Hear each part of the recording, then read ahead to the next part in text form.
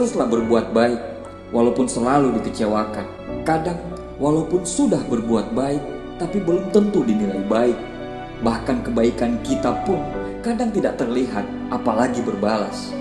Memang tidak mudah untuk menjadi orang baik, tapi tetaplah untuk menjadi orang baik. Teruslah berbuat baik, walaupun dunia tidak sebaik apa yang kamu harapkan. Karena kamu tidak akan tahu kebaikan mana yang akan meringankan jalanmu untuk masuk ke surga.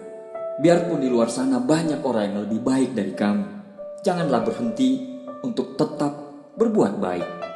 Teruslah berbuat baik, karena kebaikan adalah satu-satunya investasi yang tidak pernah salah.